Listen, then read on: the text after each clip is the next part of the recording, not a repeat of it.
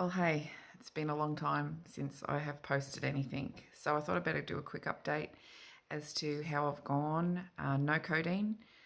I think it's over a year now, so happy days. I haven't missed it. Um, I don't even think about it, actually, at all. So I guess going from 40 down to not even thinking about it at all, that's pretty good. So getting off that was a huge, huge thing. But what's happened since then, I would take any day the codeine than getting away from a narcissist. I have just had the unfortunate life choice of being with a narcissist. Now, I had never met one personally. I'd never had one in my life. I've never dealt with one. I've heard people talk of the term and stuff, and but I'd actually never dealt with one myself. So, wow, what a wild ride that's been since October last year. And this is just a little bit of what I've gone through, and the habit forming and the breaking away from a narcissist. My story is I wasn't attracted to this man at first. We'd met on a dating site. We had mutual friends, but we'd met on a dating site. And he was far more into me than I was him. He certainly was not someone I would ever be attracted to normally. So I was kind of like, anyway, he wasn't horrible or weird or anything. So I kind of thought, well, just go with the flow and see what happens. So he was very intense very quickly, which at the time I kind of thought was a bit kind of whoa. And then the more it went on, I kind of thought it was flattering, and I kind of thought, well, that's cool. I mean, this guy really digs me. Maybe I should really think a little more about, finding qualities about him that I like. So I did. He was funny. He was really funny. He made me laugh all the time.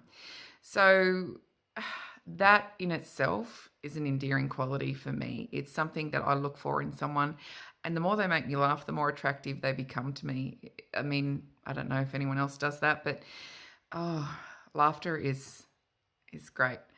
So I felt a little pressured at the beginning to hurry up and make my decision if this person was someone who I wanted to be with long term, because he was very full on, very adamant that, I was the dream girl, the one he'd been waiting for, all of those things that they say. So he loved bombed me, which was a term now, obviously, I understand. But at the time, I didn't. I was overwhelmed by the kindness, the sweetness, the beautiful comments, the constantly building me up, the just wanting to be with me 24/7. It was, it was kind of nice. And I kind of he grew on me. So he pressured me kind of to move up. So I left my life and I moved up with him 5 hours away. And it was very, very scary because it was all very fast. This happened within like a month, maybe 6 weeks, probably not even.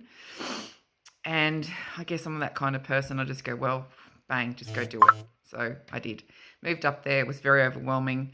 And one thing I remember when I first got up there was I was nervous. He's a long-term resident, lived there in this little town all his life. And he'd take me out and we'd go to things. And I always used to say to him, wow, you're sort of parading me around like the champion heifer at the Bangalow show, which was a term I used all the time. It's one of our local shows. And that's how I felt. I kind of felt like I was on show for all to see. It was uncomfortable, but I kind of just pushed it aside and kind of went, oh, well, maybe he's just really proud of me and he's just showing me off. He's so happy that he's got someone like me, and that sounds vain, but it's not. But it just was unsettling.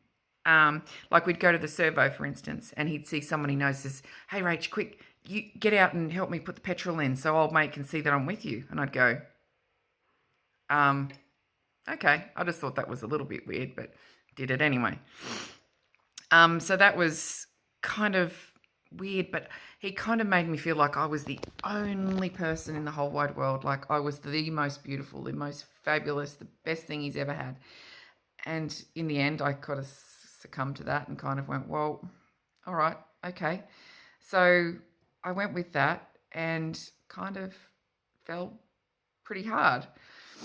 Not knowing at the time he was a narcissist, believing everything he said, going into it with an open heart, wanting this to be the thing, the one. This was my time. I thought, wow, we have so much in common. We do everything that it's the same. Anyway, his ex was always in the background. She was a partner, not a partner in his business, but anyway, they'd been separated for God knows, actually, I don't know the truth, but for ages apparently and years, which wasn't true.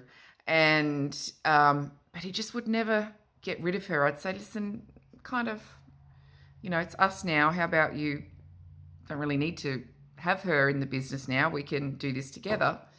Yeah, there's always an excuse, or next month, or the end after Christmas, or after the financial year, or there was always something.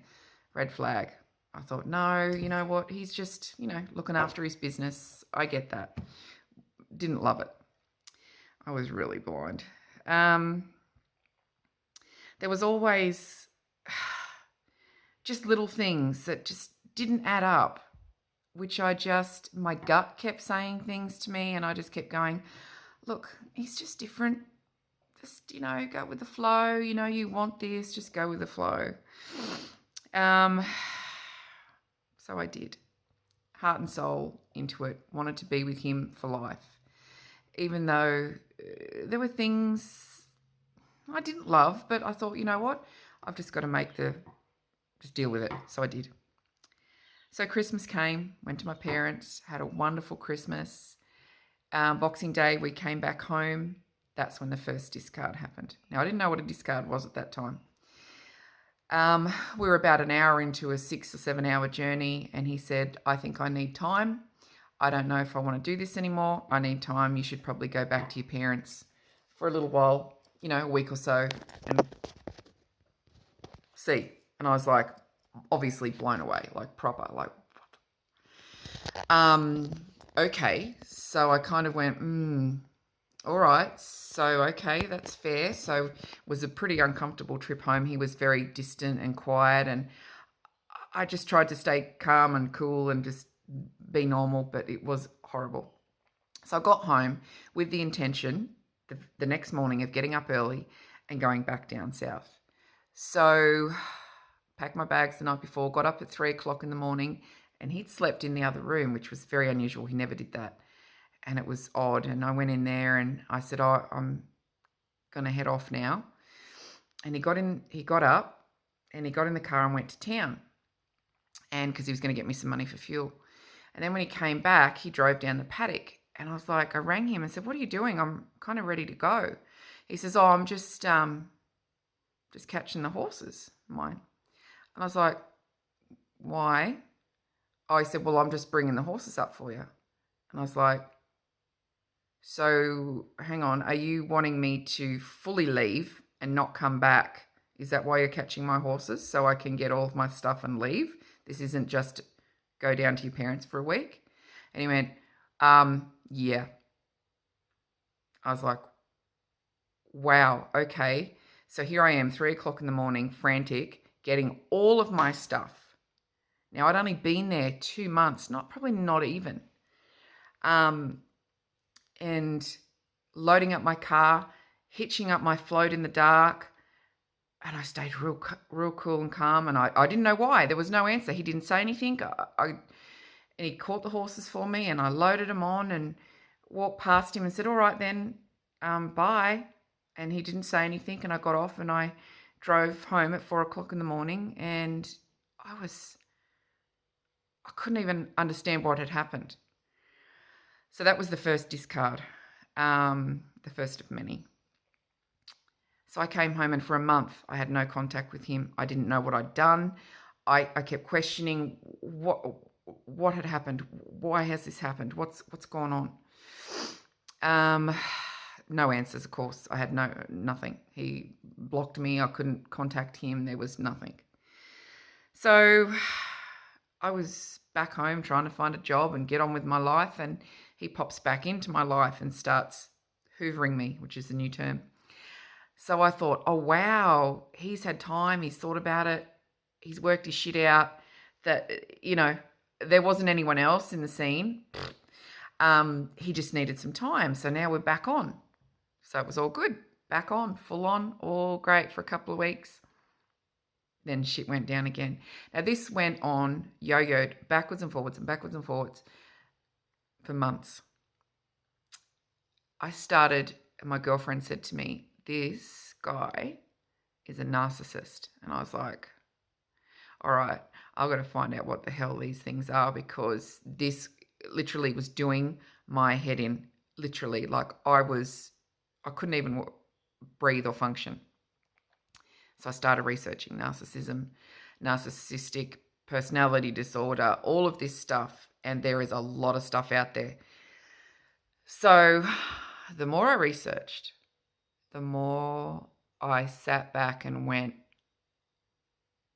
wow, you are with and in love with a full-blown narcissist. It was scary, but at least I had some answers. I knew what this was.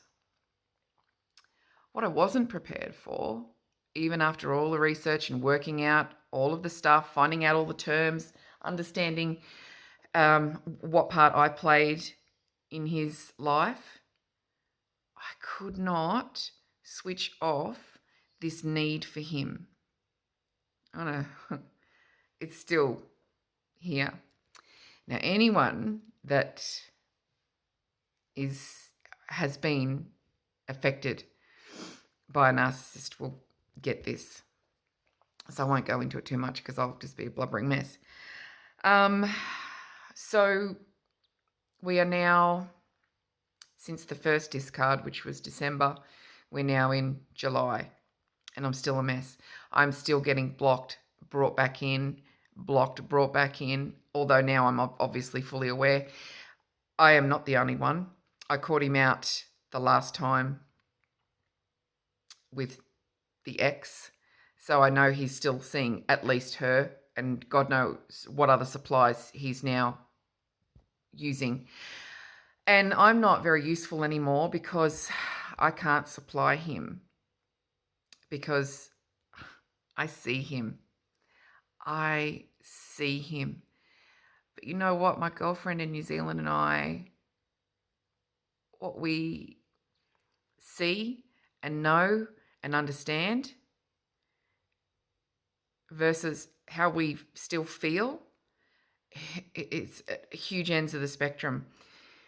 We know that they're these shit people that are just toxic and vile and suck the guts out of us empaths and use everybody. We're not the only ones. We never will be the only ones. There'll always be someone that they're going to suck in, that they're going to use and abuse and throw away and recycle. He gets the picture now that I'm not in his harem. He can have all these flying monkeys. He can ghost me. He can do all of that stuff. I don't cop his shit anymore, and I'll tell him straight out, and he doesn't like it. And all I want to be able to get to the point of having no contact and being secure in myself. Not there. And I guess that's just a time thing. I just wish time would fast forward so we don't feel like this, because you know what? They don't. They don't think about us. They don't miss us. Well, they may miss the supply, but they don't miss us as a human. They don't drive along and think of, oh, wow, look at that spot. That's where we did this. That's where we did that. Or have any of those things that like normal people have. They don't do it. And it's so hard to get your head around. I still, even though I know everything I know now, I still can't make sense of it. I kept thinking, if I love him enough, if I give him enough, if I show him no matter what that I am there, that I'm always going to be there for him, if I keep proving that to him, then that's something that he'll see and go, wow, she's all I need. She feels me. No, never, ever, ever. There is no one on the planet that's going to feel him. And I've just worked out another thing I found in all of my research has been the grades of supply, and I'm not the A grade supply. And I was saying to my girlfriend today, that stings. It shouldn't sting, but it does. I kind of, the X is the A grade supply. I'm not even really on the list, to be honest. And it hurts because he pushed so hard for me to fall for him. And when I did, when he got what he wanted, he just threw me away. I don't even get it. I just don't even get it. One thing that I found also, looking back on our relationship, looking at all the red flags that I wished I had have bloody listened to at the time, he used to run everyone down. He used to be really negative, and he used to, sorry, I'm fixated on my hair. I'm going out and my hair's annoying me. Used to be fixated on just being negative. Everybody was an asshole, or they didn't do anything right, and his way was the right way and the only way, and used to be annoying. I used to keep saying to him, ease up, Turbo, it's all good, just relax, and but no, he couldn't. And another thing I found was the amount of blocked numbers in his phone. I've never known how to block a number in my life till I met him, and he's the one person that I've only ever blocked on my phone. I went through his phone, would have been at least 20 people blocked, and I was kind of like, wow, that's weird. Little red flag. Didn't think any more of it. Went, oh, well, wow, okay. Yeah, that was a red flag. Also, the way he would talk about his own daughters, the things he would say and the way he would speak to them.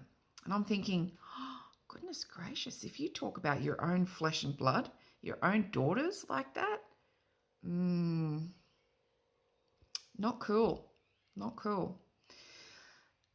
Just little things that I think of now. I mean, we all get pissed off with our kids, but we certainly don't ever say the things he said. I couldn't even repeat them, nor would I want to. And I know his daughters would be kind of horrified, or anyone would be horrified. I've heard the things that he said about me, and all of the things that he said about me are the exact things he used to say about the ex to run her down. So I didn't trigger. I thought, oh, yeah, look, they're so over. He thinks she's a dumb this and she's that. Said all the same things about me to the next one. And anyway, just goes on and on and on. So the frustrating part basically is dealing with being able to move on. The no contact rule is hard. And anyone on the planet that knows it are the only people that are really going to get it. Everybody else says, just move on. He's an asshole. And I know that. But moving on, it's very, very tough. And you know what? He used to always say to me, your honesty, your honesty is your best quality. There's so many wonderful things about you. All of these things he'd say were all the things that he didn't have or the capability of having. He's just a hollow shell. The big bravado, I've got all these millions of dollars and I've got this and I've got that and I'm the best at this and I'm the best at that. Always needing the reassurance that he was the best at sex. He was the best, the funniest. He was the best cattleman. He was the best this. He needed to hear that all the time, which I always thought was odd. But yet another thing that narcissists need to fill themselves up. He must have the lowest self-esteem, the lowest self-worth. And that's so sad. That's where I thought if I love him enough, if I show him, if I give him, I can feel that for him. But no, that's one thing that I've learned that you can never do. So anyone out there going through the withdrawals of a narcissist, going through the withdrawals of 40 codeine tablets a day was far easier than what I'm going through right now. So basically, addictions come in all shapes and sizes, all different kinds of things. And I guess this is just another challenge to get through. So I guess I'm just going to get through minute by minute, day by day. Some days are great. Some days you can't get out of bed. So I guess having beautiful friends who understand you is a godsend, because there's no pressure. They don't say, hurry up and just get on with it. God almighty. Yeah, I know that. But it's the brainwashing. It's the way they make you think differently. It's a process. And I got out of it after 10 months. My girlfriend was in it for 8 years. So her healing process, I don't know. And she's so beautiful and kind and giving and loving. I just want the best for her. I want her to stop this. We want it for each other. So now it's just a matter of moving forward and trying to find, as I've said to her, we've got to look for some joy. So I'm going to get my ass back in my saddle, get back on my horse, try and do that, back into my fitness. I love my job. I love where I live. There's a lot of great things. So now my kids, my beautiful grandkids, and my beautiful friends and family. So it's not all woe is me, but if anyone watches this and has had some kind of dealings with a narcissist, whether it's your partner or a family member, I'm so sorry. I'm so sorry for you. So I guess it's goodbye from me, and I'm just going to keep on keeping on. Bye.